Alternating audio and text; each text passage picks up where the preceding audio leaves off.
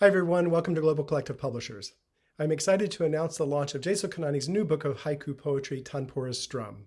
Tonight, we will be joined in conversation with award-winning screenwriter and actor Shruti Tewari as we discuss Jesal's creative process, along with a reading of several of her haiku and tanka poems. And to celebrate the launch, we are offering a special promotional offer of 20% off. So please check out the link and promo code below in the description. And if you have any questions to ask Jesal, please leave them below in the comments. And as always, don't forget to like and subscribe.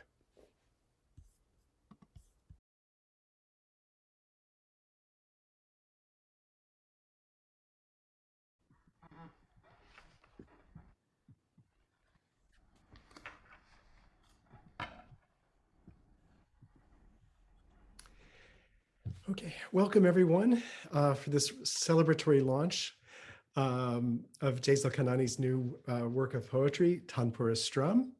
My name is Curtis Key. I am with Global Collective Publishers, and we're proud to sponsor this launch tonight on Zoom. We would love to be able to be in person, and hopefully in the near future, one day we will all be able to do that. We'll celebrate that way as well. So just so everyone knows, this is being recorded. If you don't want to have your name shown, please go in and just change your name in Zoom.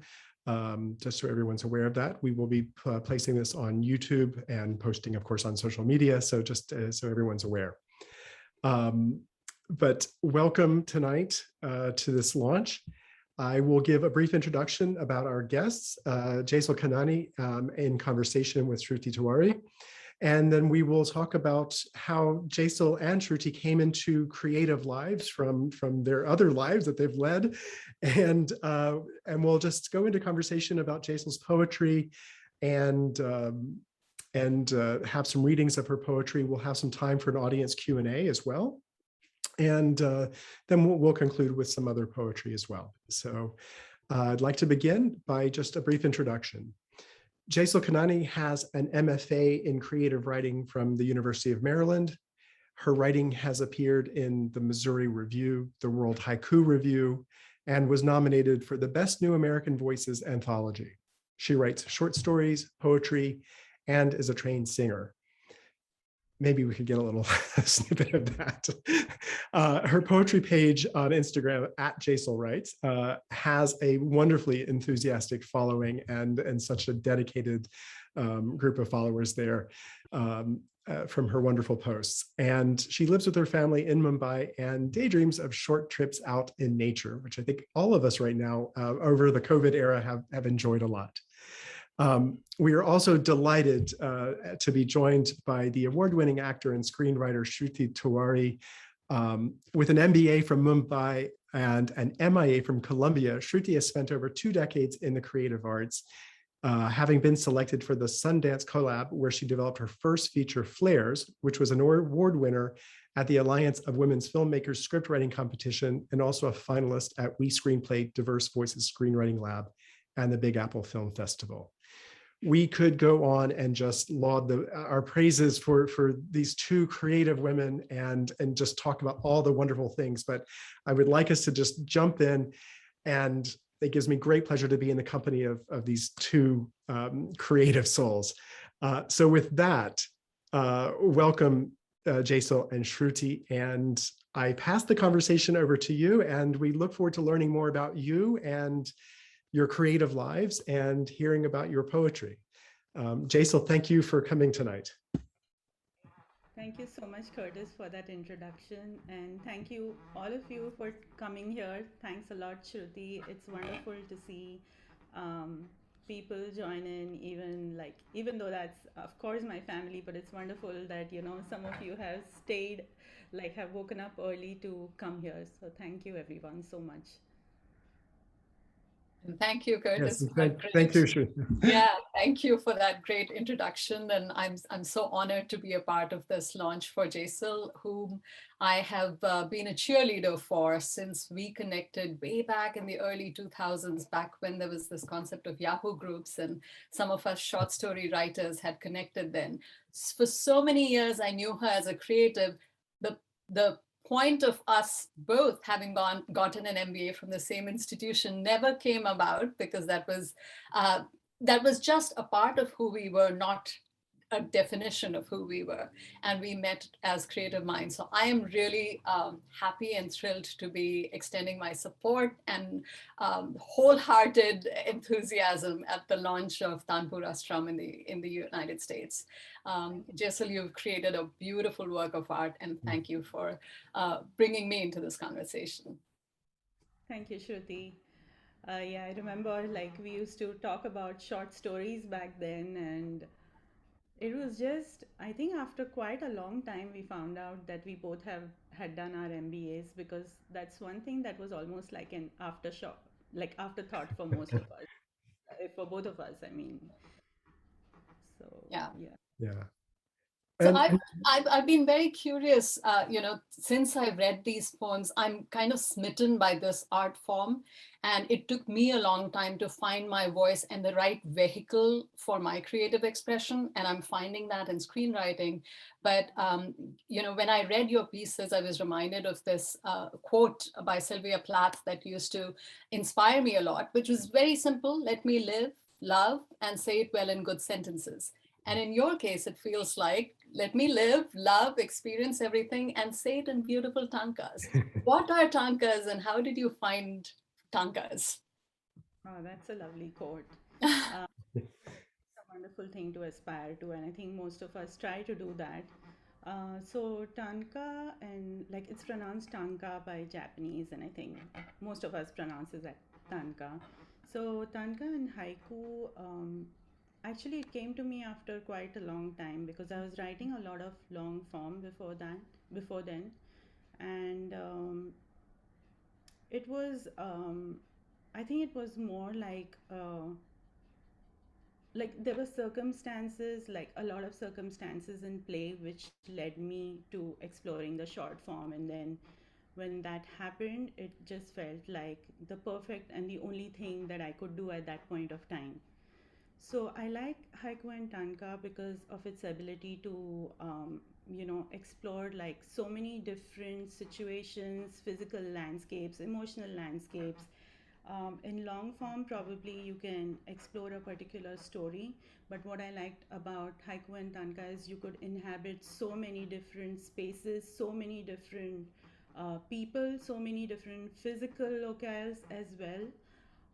And I think that was the one thing that gave me a lot of satisfaction at that point of time.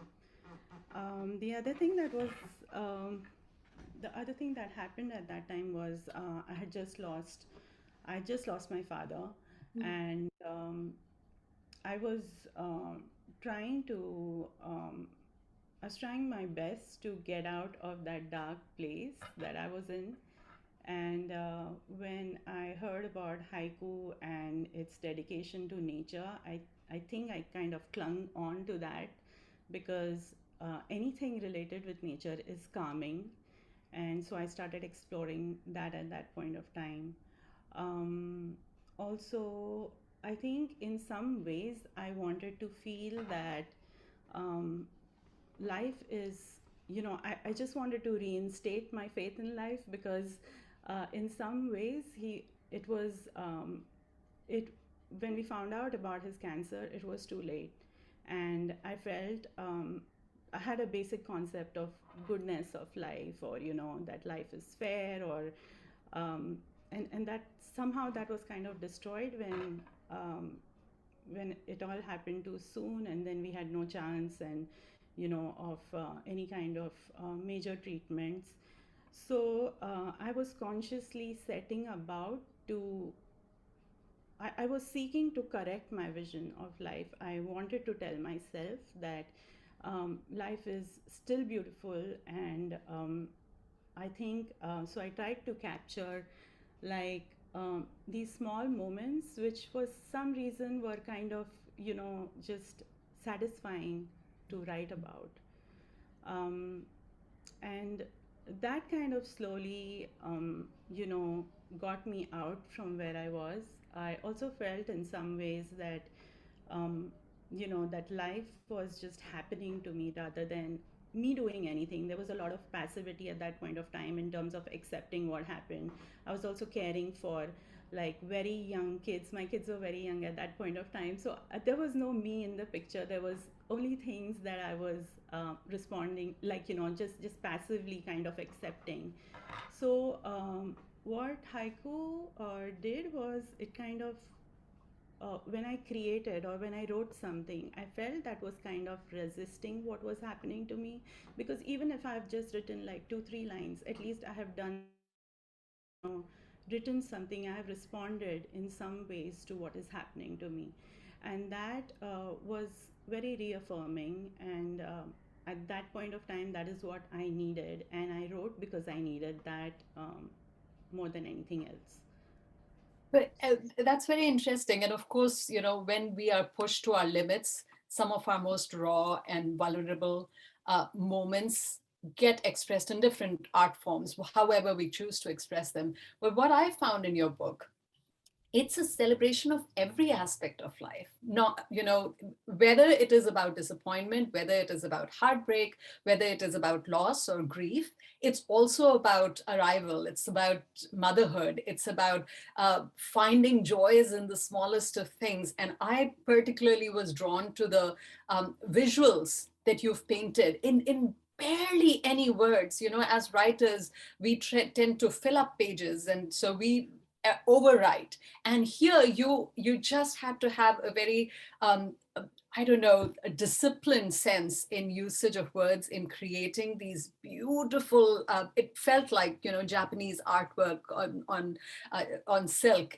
That's the feeling I had, and I really felt I had a big smile on my face. So it was very interesting that it came from a place of grief, while this to me was just something that was plucking at the Tanpura strings and was creating music, because everything in life suddenly started being beautiful, the smallest and minutest details. Oh, thank you so much.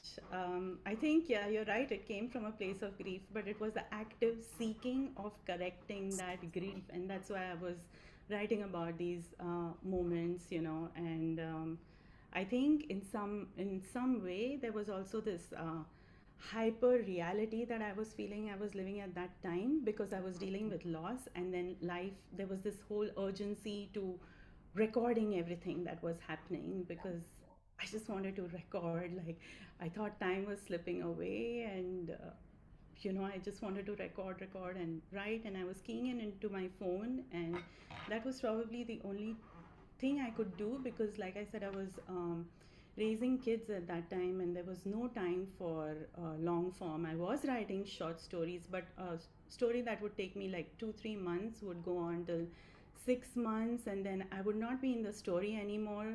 And, like, I wouldn't, I wasn't be able to inhabit the story fully to continue with it. So then this short form of poetry just happened. The shortness or the length, I mean, that happened because that's all the time that I had at that time. Yeah. Which is fantastic, right? What's that? Necessity is the mother of invention, and it's like, I have this much time, I am going to write and create something. So let's just step back a little. When you finished your MBA, what were your plans then, and how did you go through the years? At what point did you decide that because you pursued your MFA in creative writing, so at some early enough you knew that you wanted to get into creative writing?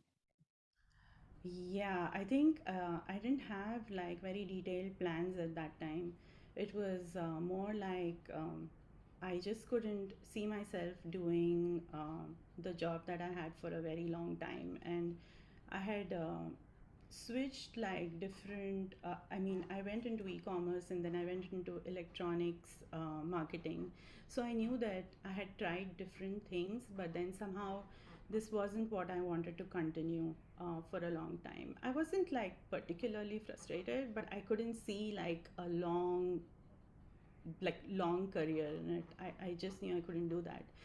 But and all I knew at that point of time was that I love books, and I love reading, and I like writing, and that's something that I can do for a long time. So I just followed that. And at that time there were no creative writing courses in the country. Now there are so many, and they're being taught by like really, really good writers. And sometimes I feel like taking a workshop under them. They're like so good. So yeah, so then creative. So MFA was a thing. Was a course which sounded just right, and then I applied, and then UMD was the one place where my husband and me, both of us, got into the same university. We had applied together to different universities, and then somehow that was the only university where both of us got our admits together. So yeah, so then I just continued with the MFA, and it was wonderfully liberating because now I knew this is what I wanted, and I'm getting to learn that, but also kind of terrifying in some sense because I didn't have all the undergraduate, like the theories, the literary theories in place, which undergrad students had already done. And my classmates like Erin and Amy, they were like really sweet about, like sending me these books where I was like brushing up like on Lacan and Derrida and everything, like, really, really fast. So, yeah, I mean, that was I don't know, how was it for you, Shruti, like when you decided, to like change from management into something creative? Was it a particular moment, or was it like over time you realized that this is what I want to do? So I think your and my paths, much as they're similar, they're also very, very different in that my circumstances did not allow me to make the choices that I am now as a middle-aged woman am able to. So I think it was because of circumstances that I was driven into doing an MBA. I was not keen on it, and this was straight out of undergrad. And then again, I got married before I went into my MBA. So my husband was coming to the United States. He already had admission to Columbia. So I, unlike you who applied to a few, I had one chance. Either Columbia accepts me or my education stops. And I did a master's in international banking and finance there, worked as a banker on Wall Street for a while, and it a lot of that had to do with finding a base, a foothold in this country, and I enjoyed it. But then again, circumstances, September 11th happened, and that was just too close for comfort, to realize that whatever could have happened with that, I already had babies at that time, and so I made that decision that I wanted to be at least on the same continent, in the same country as my kids when these kind of calamities happen, because as an investment banker, we were all in different parts of the world. Anyway, so I've always nurtured my creative interests, but never got to pursue them seriously. And as my kids grew up, it afforded me a little more leeway. And I felt that I tried theater, but theater is a huge time commitment over evenings and weekends, which is when you have your kids home with you. So it just happened that I was in a one-woman show. The casting director saw me and cast me for Imtiaz Ali's film. He's a huge Bollywood director, and fortunately that film did well, and that took off on the acting front.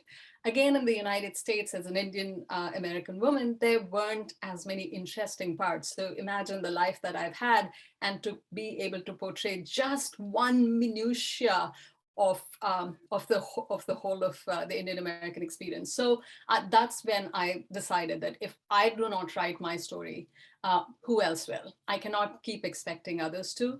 And so I'm still, even though I've enjoyed poetry and I've written a lot of poetry in Hindi, I've not been able to find that succinctness in English expression and poetry. So I was very inspired by your work. As a result of that, I feel that I enjoy characterizations, and then what happens, let my characters go on a journey. And I literally, there are no words, this whole art form experience of tankas. I've enjoyed haikus in the past, but I've never been so enamored. What I liked in this was the visual depictions, and then nothing else needs to be said. It's the metaphorical representations, basically, that you can relate to based on your own experiences to many different things. And since I've referred to the visual thing so many times, I would love to hear a few from you. My favorite one, being an Indian American, was the depiction of an agarbatti, the incense stick, and relating it to a woman's life, and how in the wisps of smoke that come out of the incense stick, we sort of, regulate ourselves to fit a certain path, and the expanse of the world is around us, but we are still sticking to that limited path. That was just too poignant and too apt and too beautiful. So tell me about the visual poetry. That's what is most interesting to me. Yeah. Oh, that's wonderful the way you have interpreted it. I mean, I wouldn't have thought of it like that. And I just always keep discovering like how people have viewed haiku and tanka differently. It's different for every person. So it's always wonderful to hear from someone how they had interpreted it. Right. So I'm going to go on to screen share some of the poems that Shruti had selected, and maybe we can talk about that. And Yeah, and it was the hardest job, because as I've told Jesal, and I would like to share with the audience, that when I first read the book, my heart was skipping every second, and there are dog ears everywhere. And then I said, that's not doing enough justice. And I went out to cut some roses to put for my favorite pages, and then a couple of roses were not enough, and then there are petals all through the book, because there's just so much delightful imagery and evocation of emotion. I just have totally loved it. So I'm looking forward to the ones that you present here. Likewise, yes, I'm looking forward to this too. I have one that I'm one. I didn't give you any inputs as to like ones that I really liked, so I'm curious. It will be interesting to see, and maybe if you don't read it tonight or during your session here, I will perhaps ask you to read it at the end. So we'll see. I have my book right here, so Mine too. Yes, likewise. Please, Jesal, if you'd like to share your screen and share some of your poetry, that would be wonderful. right here we go. Mm. So I'm going to move to the one Shruti said. Okay, yeah, Agarbatti, a song of smoke. And I loved Shruti's interpretation of how the tendrils of smoke are like, in some ways, on a set path, which it is for many women. I think that's true, and I think it takes a long time for us to realize that we can actually break these barriers. And every time there's an experience where we realize that we could have broken through that, it's always like, for me, tinged with a sense of regret, that like, why didn't I know this earlier, or why wasn't I encouraged to believe in this earlier.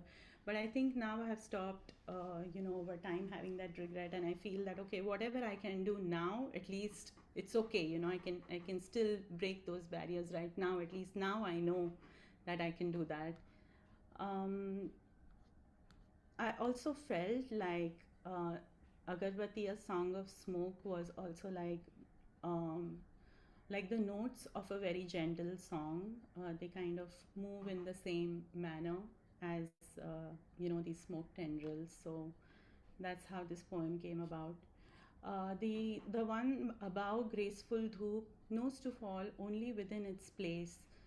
So I always like think that like objects and like possessions, they also have their own personalities. Like dhoop has its personality of grace, because it's like unerringly those ashes have always fallen into this concentric circle. And they're like surrounded by, they surround the dhoop that way. So I just felt that was kind of very graceful.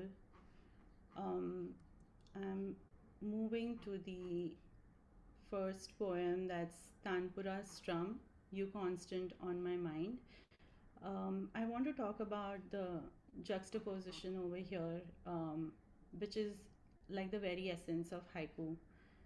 So, Tanpura Strum, as you all know, Tanpura is like the instrument that provides the bass pitch to an Indian classical singer. So it doesn't have notes of its own, but when it gives you that pitch, you feel, as a singer, you feel very free to explore the higher octaves and the lower ones, and you can, just jump from one to the other, because the tanpura has your back, kind of a thing.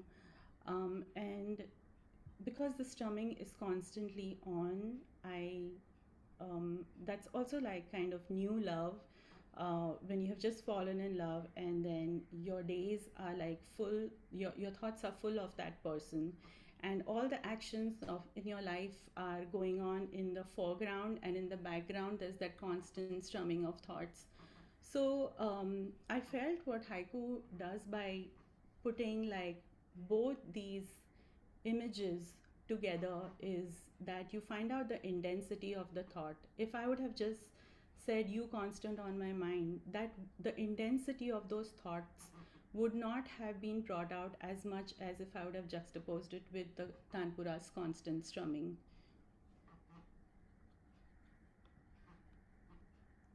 When my pauses speak to you, you've got me. Um, this is, I feel like when there are silences in the conversation, so many bridges are crossed when those silences become shared, and uh, when you have understood, even in the pauses, the other person, um, there is a very deep bridge of understanding that is created between those two people.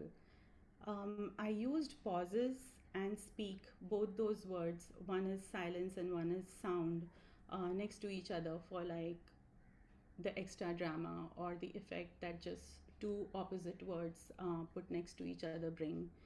And somehow this poem also got like a lot of likes and shares on Instagram, and I just felt that, when I shared this, I felt that like so many strangers, so many of us are so connected, um, when we identify with, the same words or something like that. So this poem was special for me because of that. And for me too, because it's the essence of the love that elusive feeling that everyone wants to hold on to. I think that's why it resonated with so many people, because this defines love in ways that nothing else has ever done before. This is just the essence, the absolute essence of it. So for me, both these poems that you've shared, there's this delicious burgeoning romance happening, and I'm going on that journey with you. I absolutely, I'm not going to use the word love, but I absolutely connect with them at a very deep level.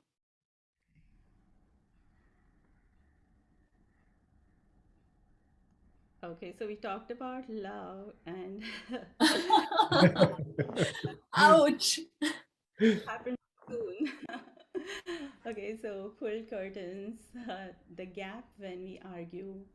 This actually happened when I'd gone to my mom's place to stay over after many years, and she had new curtains in place by then, and it was I was sleeping in my same like childhood room, but somehow over the years, like I had become very sensitive to light, and sleep in general.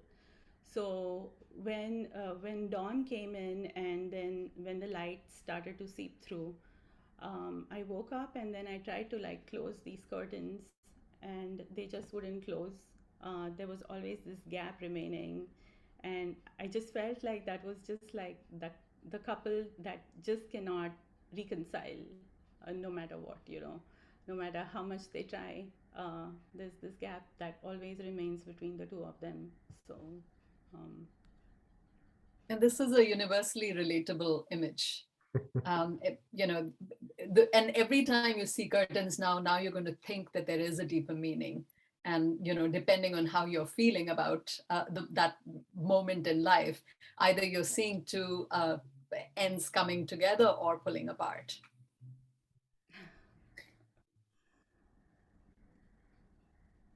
31st of March, the wonder of I work and work, yet have nothing to file in tax returns.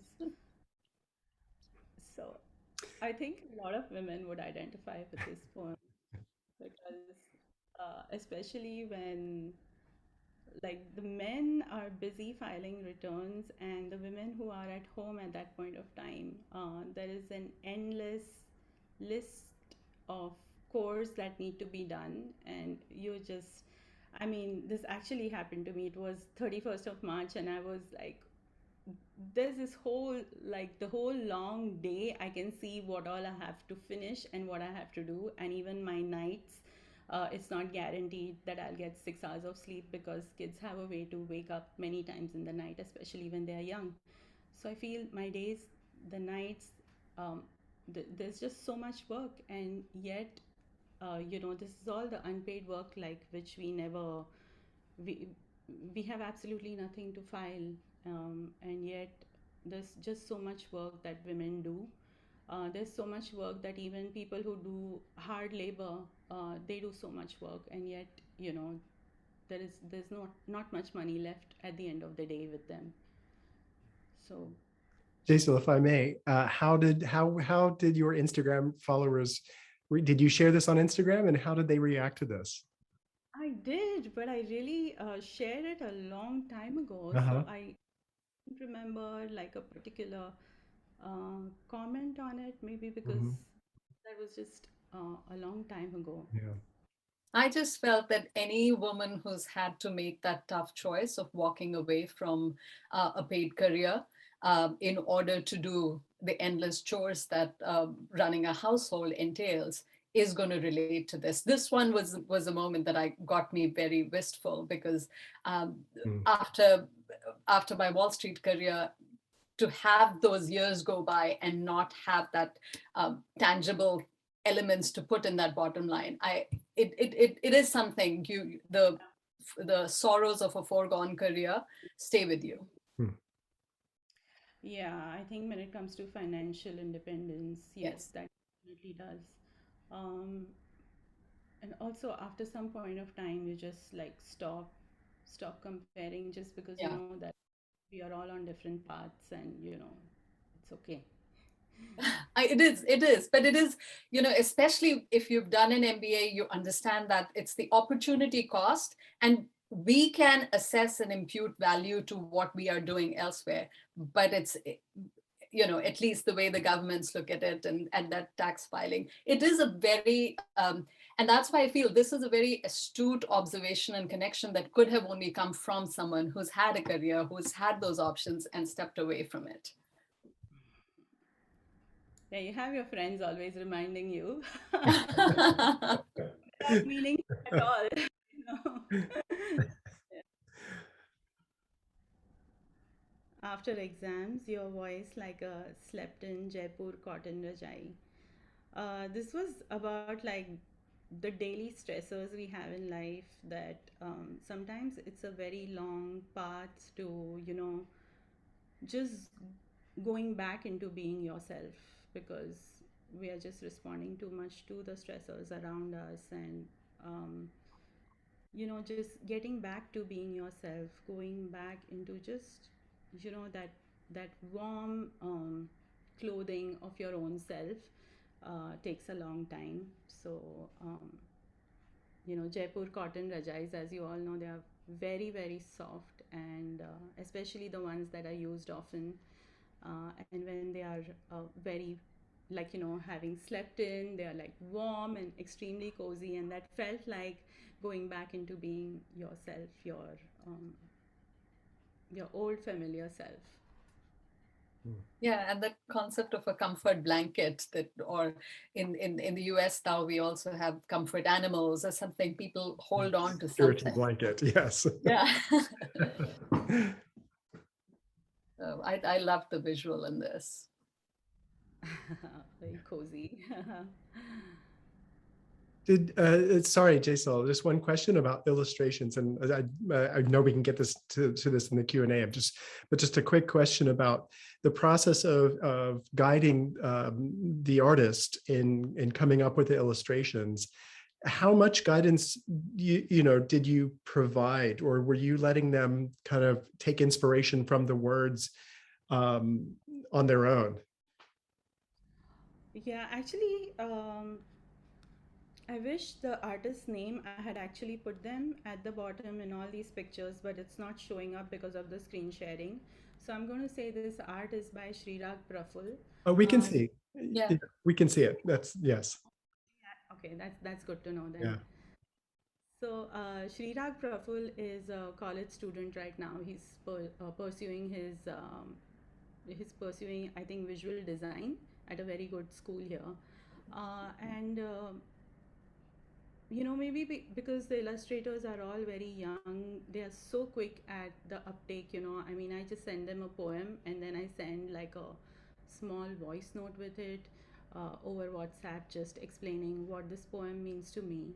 And that's enough for them. And they just interpret it the way they want. And sometimes I've been like very, very like happy and like very, I mean, most times like very pleasantly surprised with how they interpret it. And because they're all artists, so many times they don't want to show. In this case, he has shown the same scene of the poem, but many times they don't want to show the same scene. They want to show their own interpretation. So I feel that's like one more line that they've added to the poem, like Yeah. one more image. So I always think like the poems are like, there's a 3 image tanka in which there are 3 images, and I feel like so many of my 2 image tankas turn into 3 image tankas because of the different interpretation that they have done. I completely agree, though. It does become an additional part of the poem, and it's just interesting to see, yet another interpretation of the words. There's and the interplay between them as well, and then there's the form that it takes on the paper. Yeah. Thank you. Okay, this was a poem which I wasn't sure I was able to balance it well, because I felt I wanted to put so many thoughts into just like, 5 phrases, and I wasn't sure if it was working well. But I just made a decision that I think like the balance is working, and sometimes it's all about trusting that okay, there is a balance here, and then then you share it on Instagram or you share it with a literary magazine or something. So I was so happy when Shruti selected this poem, because I was almost like, okay, it's working. So in this poem, within the first kiss, move the fetal avatars of all that we will grow to be. um, the first kiss is always like so full of possibilities, and those possibilities are not something that we even dare to like admit to ourselves, so we don't like want to think in concrete terms about the future, because we don't want to expect too much. But at the same time, I wanted to like say fetal because it's unformed, and those possibilities are unformed, and you want them to stay unformed. And I wasn't sure about the using the word move, but then I remembered like the first movement of my daughter when I was carrying her, and that feeling was indelible, and I wanted to, and so then I added that word in this poem as well. And I'm happy to see that it's been able to like take all these different thoughts and still be a well balanced poem, because I think Shruti liked it, so I was thinking, okay, Yeah. It's the deliciousness of endless possibilities. It's just, it literally, this poem feels like a kiss in front of you, and it's dangling something that you want to go out and get. And I actually really connected with the imagery of fetal avatars, because uh, that says everything. All the other elements I've seen described, but that just captured the essence of a world opening up in front of them before anybody is forced into the tendrils of an agarbatti. and like the different roles that they will go on to take, and the different people that they will become, or something like that. Hmm. back from vacation, she in her room, I in mine. Okay, this is a senryu, which is very close to haiku, but a senryu is more like it has a very wry, ironic kind of sensibility, where you're just like commenting on the situation, and you know, um, there is an ironic part, a sardonic part to this. I think like we we live in times where we seek like being together, but then we also want our own retreat. So this is about the the togetherness of a couple, but also the need of wanting to retreat, wanting their own space. And I mean, I just see this happening so often, even like in family get-togethers or where friends meet.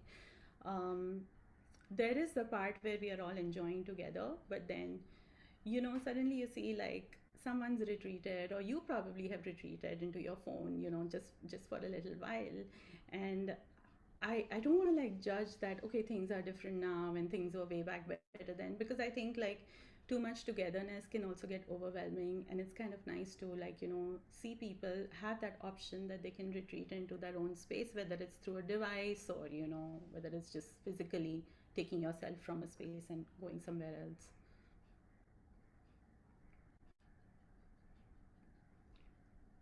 Unlike family inside, plants of my balcony entwining limbs around each other.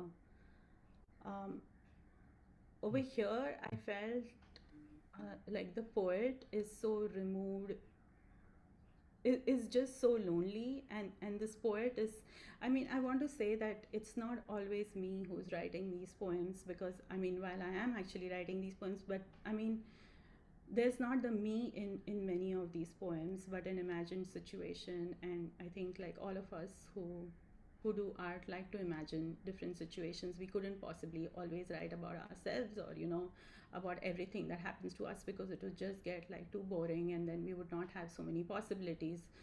So over here, the poet just struck me as somebody who's seeking so much of connection, and the only connection that she is getting is outside of home and in the plants of a balcony, because plants have this way of like leaning into each other, of gently like intermingling and reaching out to each other. And it just struck me that her situation was really sad, that this is the only place where she sees um, the togetherness in her home. And I think it represents modern day issues within families. As you said in the previous one, people need their space, they retreat into their spaces. Yes, it is still representing the family structure, but not as intermingled and intertwined as it used to be. So this also gave me that sense of nostalgia for when everyone used to be together. We did not have the devices. We did not have these very easily accessible things that gave us our retreat. And and the greenery that when you're talking about the plants, the greenery of hope and possibilities, kind of in a modern life, all that Right. gets shunted to the outdoors for others to see, but inside what's happening is a different story. Oh yeah, that's a good interpretation. There's something very sad about this poem, I find, as well, because there's, with the plants, there's a nonverbal aspect, of course, and there's something that's very instinctual, that gets communicated between plants, and that seems absent in the family, which is really sad as well. So and that might be because of the modern age that we live in, and we're so disconnected with the humans next to us, and we've lost a little bit of that instinct that doesn't have to be verbal, Yes. because our heads are in our screens all the time. Mhm. Mm. That's true. They have an instinctual way to reach out. That's true. And I think, like, even physically, like, how much we used to hold each other, even that has gone down so much, like just the touch aspect of Mhm. family. And COVID ensured that. Sadly, yes. Uh, This is just playing with words, and this is also a senryu and not a haiku, Mm. called a hot chick. I dropped the man like something hot. So it was just playing with words. But it's very simply said, but it's a very feminist tone to it. That there are things I would accept, or there are things I will not accept, and there's a very definitive female POV in this that I really enjoyed. Yeah. And how long does it take to come to that point, right, Shruti, to say that these are. Especially carrying the cultural baggage of where we come from in a highly patriarchal society, to be able to make these very definitive statements. I think that's why we have art to resort to, that gives us that freedom to do things that in real life might not be so easy to do. I've become bold now. I just. I think they've asked for it. So yeah. Feeling garlic. I think of your gentle pulling away once I showed you my cord. This is this poem is like I just love a peeled garlic because there's something so like um, so defenseless about it. There's something so pristine about it, and there's just something so like foundling like quality to it, like And I feel when you peel off these layers to show your real quivering self to someone, and I mean emotionally, or it could also mean in a sexual way, because like the peeling off the clothes could also mean like a very you're entrusting somebody with seeing you the way you are, and in that moment when you experience rejection, it is a very it kind of hits you in a very primal way, I would say. And so but at the same time, I wanted to show I wanted to show the idea that the poet is also aware that even though there is rejection, there is also this kindness involved in that rejection, because it's a gentle kind of pulling away, and sometimes there's a thing about accepting, of understanding that this is happening kindly, because maybe it's not meant to be, and this is how it is, and acceptance out of this. And Jesal, it's interesting that you chose garlic as well. I mean, I think here in the U.S., I don't think. I mean, people think of garlic as a flavoring, but I think in India, from my experience, garlic is it's in Ayurvedic, it's a negative pranic, and also it's considered non-veg in parts of India as well. I mean, there's a lot of meaning to garlic that I think Westerners may not pick up on it so easily. And I'm just wondering if that played into any of your, choosing it's garlic being peeled and not some other Yeah, vegetable or fruit or whatever. yeah, that's a great point. I didn't think of it so much in detail, but I think a lot of things are there in your subconscious without you realizing. But I knew that I wanted to use garlic also because it has a repelling, quality, or it Mhm. has flawed kind of. It's not like a very easy thing to like, or something like that. It's But strong. It's a strong substance in many ways, and can be taken in many different ways, I think, as well. That's interesting. I actually took this in more of the social media context, that okay, garlic has a smell, and I actually want to compliment you, Jesal, on including things that have their own fragrance, that adds a completely another dimension to reading your poems, because you feel connected to those smells. But as you said, it has repelling elements, but when tempered right, in the hands of an Indian mom, it can really enhance the entire experience of whatever you're savoring. So in social media circles, we tend to present such a perfect sense of us. So there is nothing repelling of about us that we put out there. And as we begin to test those waters, like, you know, someone called you a hot chicken, you drop them right away. How much of that can we say or not? And it triggers that conversation, which I know in India is a huge debate right now, in the US too. People are becoming brazen in their comments on social media, but also are being judged for everything that is out there. Mm. And so how much of their vulnerable core should they put out? Because, you know, the, right? So I saw it entirely in terms of the facade that we present on social media, and then to the one person that we might show an internal self to, and, you know, what result that might bring. There needs to be a movement, honestly, about being authentic, because just not for others but even for yourself, because it's just, you're just being kind to yourself by being authentic and not, like, wasting away your energy in trying to put up a facade. Or it honestly makes your life simpler. The people who are meant to stay will stay, and Yeah, well said. Indeed. okay. So I don't know Thank, how thank going you on. so much for sharing those beautiful poems. Thank you. Shall we open it up to some questions? So everyone is automatically muted. If you have a question, you can raise your hand and unmute, and we'd be happy to take questions or comments or anything that you'd like to say. You're happy to add something in the chat as well. I'll be monitoring that too. So please feel free to, and you can raise your hand if you have that function in your Zoom as well.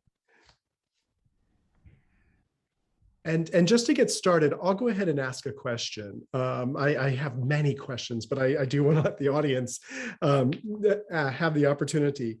In your preface, you talk about that you mentioned about this experience of reading tanka, and I'll just read the short passage here.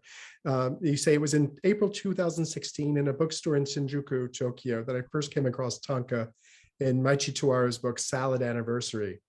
Holding it was like bringing up a conch shell to my ear. It echoed of a long past familiarity. That evening, standing in the bookstore, reading tanka after tanka in someone else's journal, I was astonished with the sharing of secrets between lines, the intimacy of words that left out to me. So it feels like, there is such a so personal that you're coming into someone else's very personal space and you're jumping into someone's diary. How did that influence you, reading that and sharing that experience in Tokyo influence your writing? Do you feel like and also, is there a distinction between your writing of haiku and tanka, and one being more diary-like and the other being more spontaneous or in the moment? Sorry, a bit of a question there. You're right, Curtis. I mean, tanka is definitely a diary form, and that's what I'll never forget that evening, because I just felt like so much of energy buzzing within me when I read that. I felt like this is amazing that I'm getting to read these very private thoughts of this this lady. And the more I found out about tanka, I realized that it's such an old form. It started in the 7th century, and there were there were clandestine meetings between lovers, and they would just like dash off the next morning a tanka to like one another, expressing their gratitude for the evening before or something like that. So there was always this you know secret, personal, extremely intimate space of tanka, which which I wanted to explore as well in tanka, and which is what attracted me to tanka in the first place. Haiku is very visual. Tanka is also visual, but tanka can be entirely about the state of your feelings, and that could also be fine. But a haiku has to compulsorily be visual. So I just try to like go with what I'm feeling. at that moment. Like if something visually is speaking to me, then um, so much of it is auto response that it comes out as a haiku. And Mm. if it's like emotional, then but honestly, at that point of time, I'm not thinking if it's a haiku and tanka. It's just the idea Yeah. that grabs you, and then you decide if you want to, if you can condense that idea into, like, 17 syllables. I don't stick to 17 syllables strictly, but I try to be within. I don't try to like overshoot the 17 syllables of haiku Mhm. or the 31 syllables of tanka. Interesting. Thank you. We have a few comments and questions from Adeline. Congrats, Jesal. So proud of you. Wonderful discussion. Erin Torres has a question. She says, "Thanks so much for sharing your work. How many drafts do you typically work through to finish a piece? How do you know when it's done?" Um, yeah, yeah. This is hi, Erin. This is like many times, like I just rely. There is this this almost like you snap your fingers, and there's I wait for that moment, like when that comes in a poem to me, that I know it's done.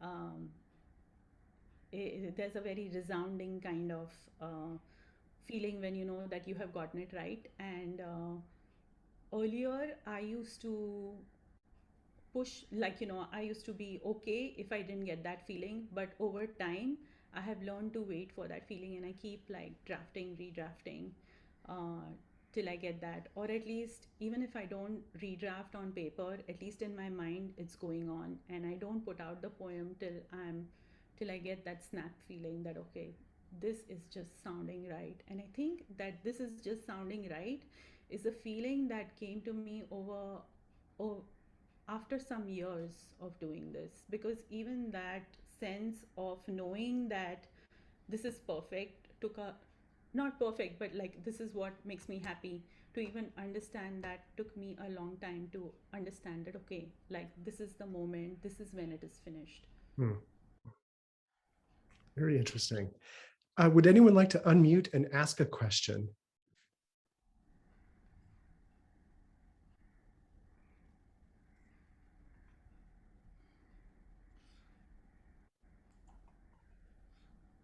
Yeah, hi, Jason. Sorry, there's a bit of echo on my side.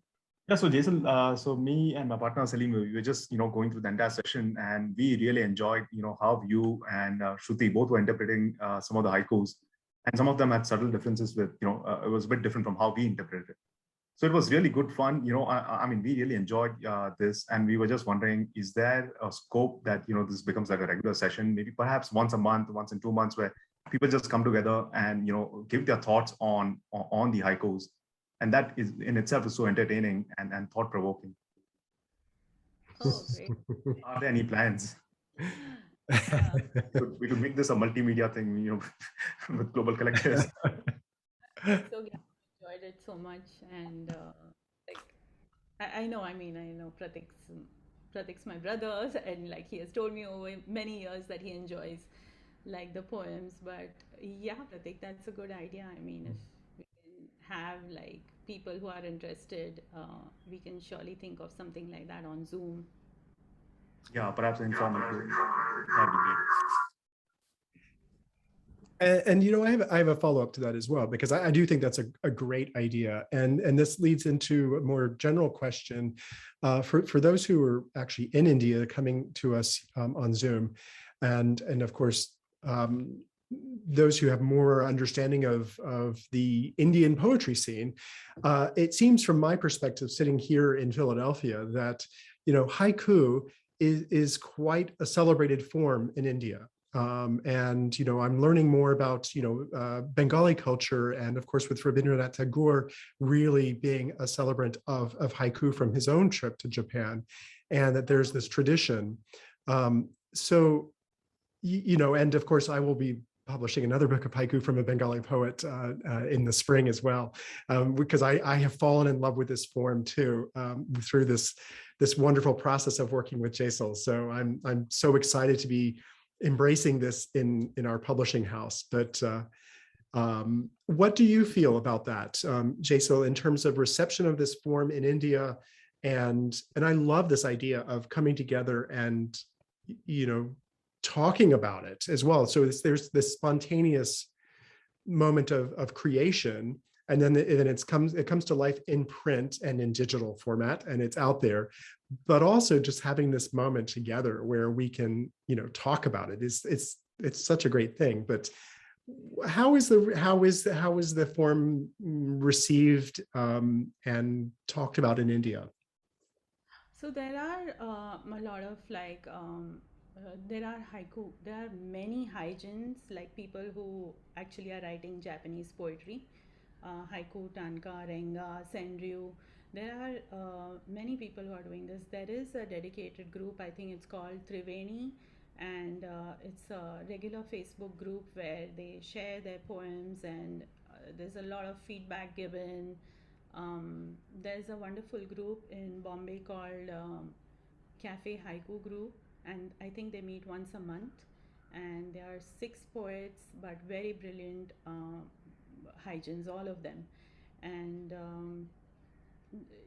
they review books, they write their own poetry, and I think Rohini is like one of the members is she is the assistant editor of the World Haiku Review as well. So they are reaching out internationally as well. It's a very vibrant scene, yeah, haiku. Wonderful. That's wonderful to hear. Thank you.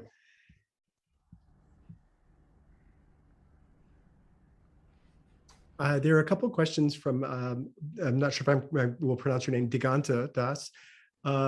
First question from Diganta is, who gets to read your final version first?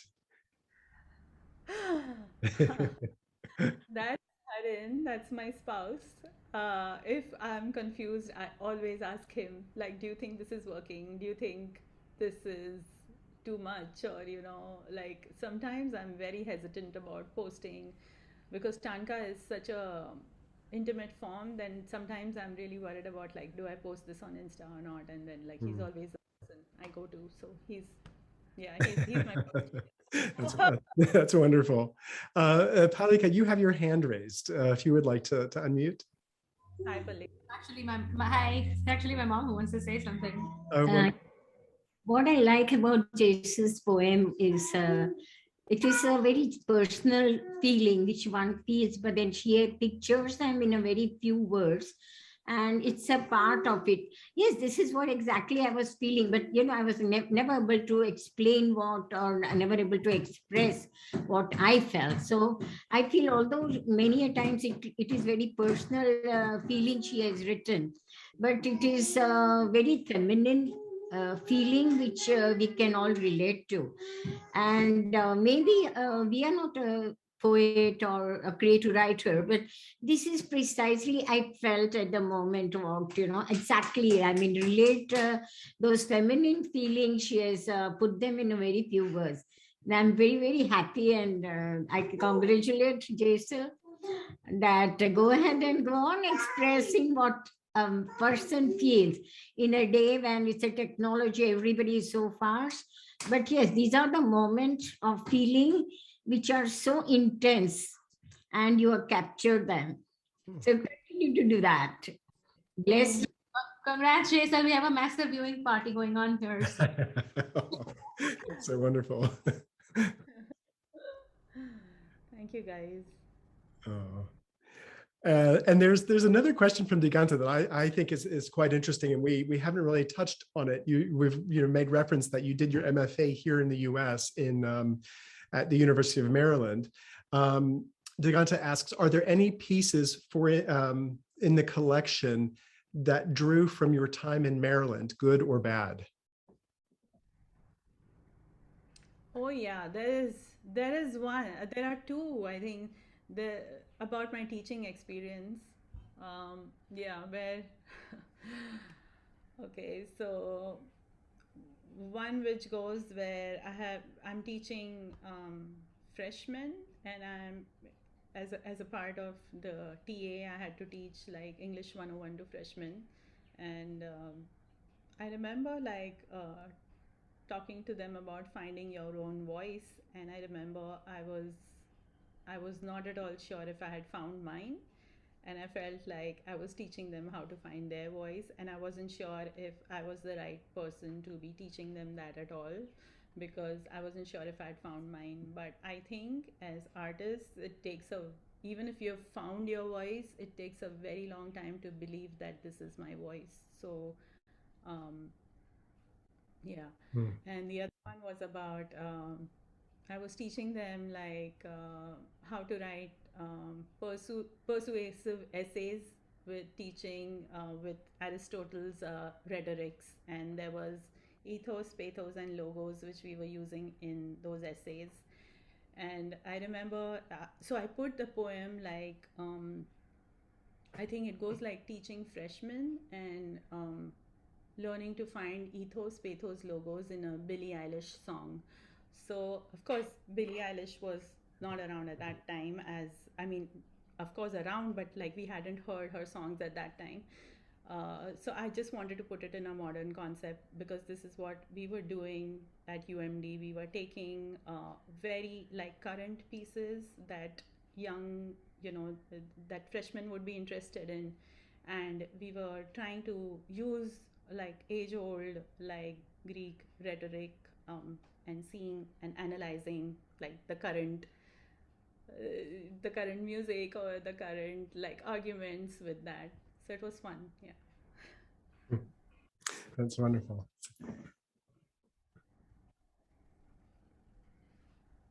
I think before I miss my chance of asking, I would love to ask Jesal what comes next. I'm already curious and awaiting your next book.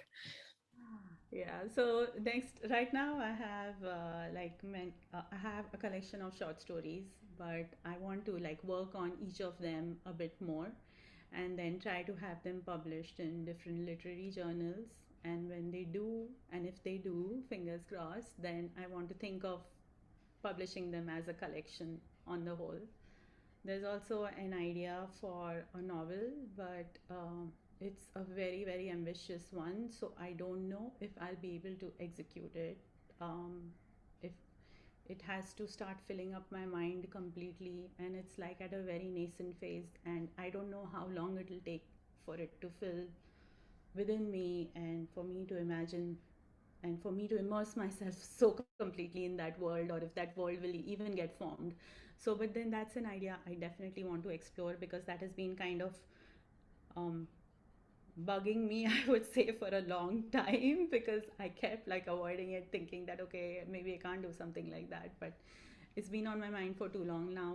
I can't ignore that elephant in the room kind of a thing, so I want to start on that.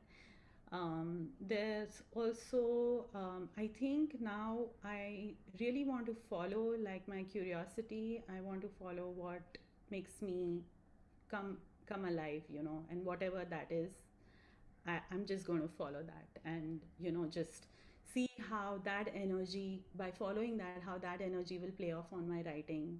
So there's an app for women that I've been thinking of, and I know that's a completely different thing, but I want to explore that just because it gives me a lot of energy when I think about it and when I plan things for it. There's also an afforestation project that I want to work on more closely now. So these are the things that are on my mind right now. And hopefully, like the afforestation will take care of all the paper that we spend on this. Yes, yes, yes. Thank you so much, Jesal, for sharing and opening your work to us. And we look forward to so much more to come from you, and we're very excited for that. Would you like to do you have a few favorites that you would like to share with us of your own work? Sure. I mean, if you're doing good on time, I would definitely. Yeah, I think we're just coming to the last quarter, so I think we're okay. Jesal and Curtis, I will have to apologize. I will catch up with you guys later, but I have another commitment to get to. Really enjoyed being a part of this, and thank you members for going along this ride on our creative discussion. Thank you, Jesal. Thank you. Thank you so much, Shruti, for coming. Thank you very much. Bye. Bye-bye. Okay, can you see the screen? Yes, thank you. Okay, great. Okay. Not knowing when you will return, all my days enacted over a canvas of longing. So, like tanka used to be sung in the olden days, and I put this poem just because I thought this poem has this feeling of words just cascading down like in a song, line after line just like kind of falls away. um, and it's a one sentence tanka in which like one particular idea has been explored in 5 phrases. That's wonderful. Yes.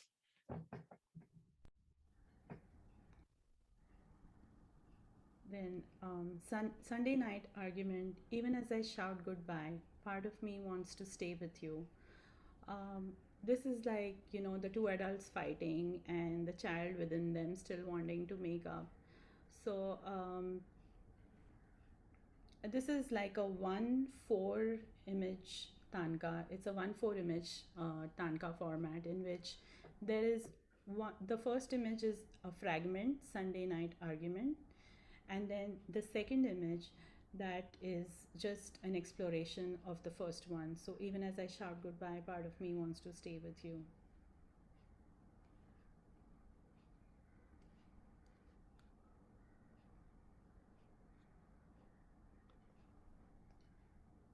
Setting sun, you can't help being you, I can't stop being me. This is a haiku which I put in 5 lines just because I wanted like each phrase, each yeah, I broke the phrases just so that there is attention on each of them. um,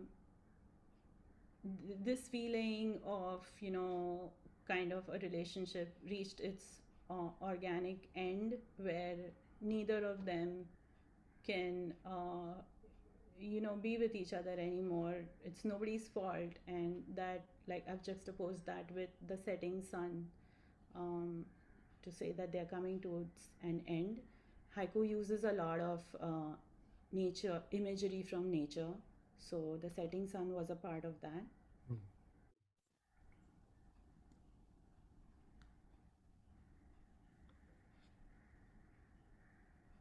Gathering dust, dad's diagnosis in lab. Stunned, how can the laburnum still sway gaily in the wind? This is a 3 image tanka, gathering dust being the first image, the approaching darkness that will come about, and knowing that there's nothing that can be done about it. Dad's diagnosis in lab, the second image, and the third image is of the laburnum, you know, completely like, um, like nature in a way feels very, in this poem, at that point of time I felt very distant from nature, because I felt like nature was going on celebrating as it usually does, or in its own like rhythm, and completely uncaring about what was happening to me. So this this poem was It's about that. beautiful. Yes.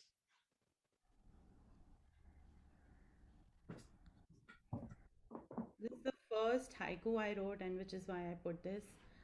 Black butterfly descends slowly on young green leaves. This is about, this was the first haiku I wrote because at that time on my mind, my father was on my mind, and this was about, I saw this butterfly, deciding on which leaf to descend on, and I was praying that this dark black butterfly makes, like it struck me how random that choice is, like what it decides to descend on, where darkness just randomly decides to descend on. So, and I was worried for these leaves. They were young and they were very, very full of life. Mm.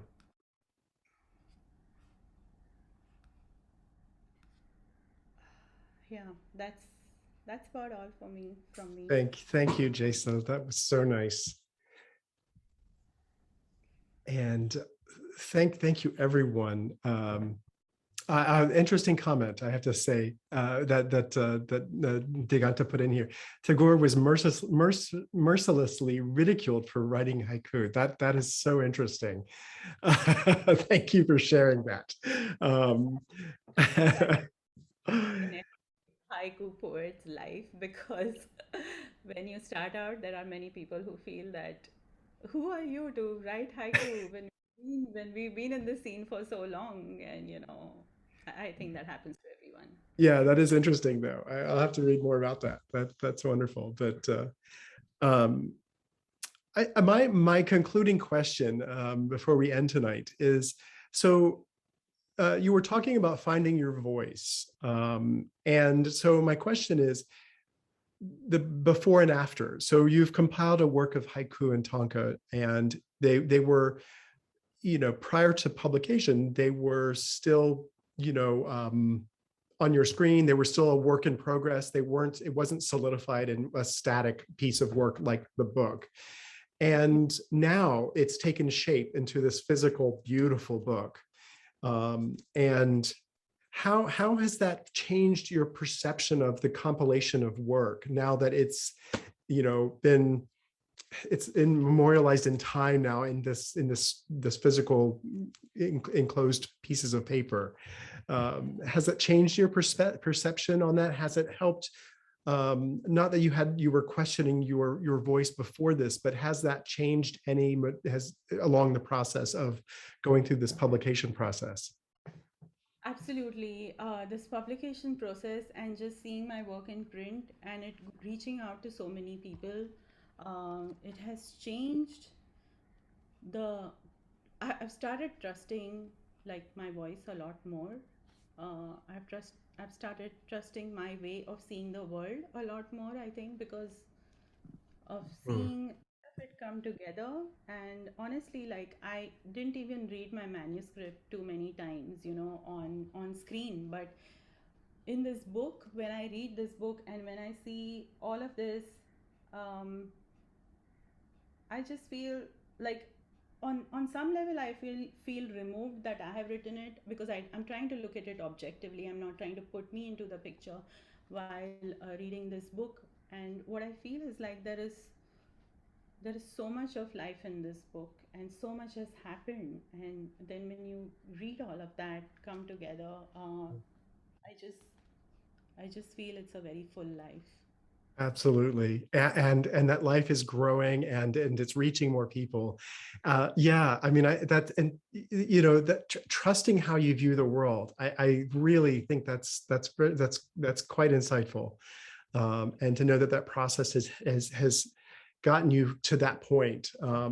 And yeah, I mean, I think, of course, likewise, I've been, looking at your work on screen for many months, and to actually sit with the book and hold it and read it, and just, it's such a different experience, and it's a wonderful experience. So, really, thank you for allowing me the opportunity to publish you, and I'm grateful for your working with me. I have had such a wonderful experience and look forward to making this as widely available as possible. We're at the beginning of this journey for your work, and it has been just an absolute pleasure. So thank you. Likewise, Curtis. It's been an absolute pleasure working with you, and thank you so much for this. Really, I'm struck by the beauty of this book in terms of the paper selection, the entire execution. It just is a very, very tactile, beautiful thing to hold in hand. Yes, I wish we could stand together and have a picture when I'm hopefully in India in January, and we can actually stand and have a picture together of your beautiful work. That will be a yet another celebration. But until then, we will conclude for the night, or the morning for you, I should say. But thank you, everyone, for attending. This has been such a wonderful program, and your comments, they're just wonderful. Jesal, I'll say you'll get a copy of the comments once it's closed, so you'll have those to read through. But I'm just going to share my screen one moment so that I can, just in case anyone does not have the the Instagram accounts for Jesal and Shruti, and of course myself at Global Collective. If you are not following them on Instagram, please do. They have wonderful posts as always. And if you haven't gotten your copy of Tanpura's Strum, there is the website, globalcollectivepublishers.com /book/Tanpura Strum. And of course, in celebration, there's a promotional price for that using the code Tanpura11. And I know that books are on their way, or they are in India, waiting for clearance. So they will soon be available for purchase in India as well. So with fingers crossed that will happen soon. Can I close with a small shloka? Oh, please do. Yes. Would you like to share your screen, or? Can I just sing that? Oh, please. Yeah, sorry. Samyachadvam samvadadvam sarvo manasi janatam deva bhagam yatha purve sanjanana upasate samaniva akruti samana hridayaniva samana vastuvo manu yathava susahasati. So it's just a Sanskrit shlok, just celebrating the sameness in our diversity, that we all have the same bodies, the same, let's all come together and look at things together in the same manner. That's beautiful. But that is such a wonderful way to conclude, and such a hopeful way, and resonates with Global Collective. That is exactly, my mission and vision for this company is to come together, in unity and harmony, even in our differences. So thank you for sharing that. That's beautiful. And Maitri says beautiful, and Jesal and Curtis, thank you. Thank you all for attending tonight and this morning. For those who are in India, thank you for getting up so early. We wish you a wonderful start to your day. And for those outside of India, have a good rest of your evening, and look forward to more from Jesal. Thank you so much, and congratulations. Thank you. Thank you, Jesal. Thank you, everyone. Have a good day. Oh my goodness.